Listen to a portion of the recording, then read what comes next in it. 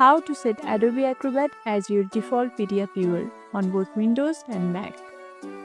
For Windows users, find any PDF on your computer, right-click it, then hover over Open With and select Choose Another App.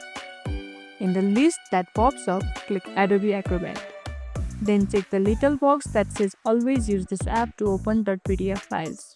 Now click OK. Boom! PDFs will now open in Acrobat by default. For Mac users, right-click your PDF, then click Get Info. In the Get Info window, find the section called Open With. Click the drop-down, select Adobe Acrobat and click Change All to apply it to every PDF. Hit Continue when it asks for confirmation. Just like that, Adobe Acrobat is now your default viewer. Bonus tip: if you don't see the Adobe in the list, make sure it's installed and not just the web version. And you are done. Now your PDF will always open where you want in Adobe Acrobat. If this tutorial helped, don't forget to like this video, subscribe and tap the bell icon so you never miss an update. See you in the next one.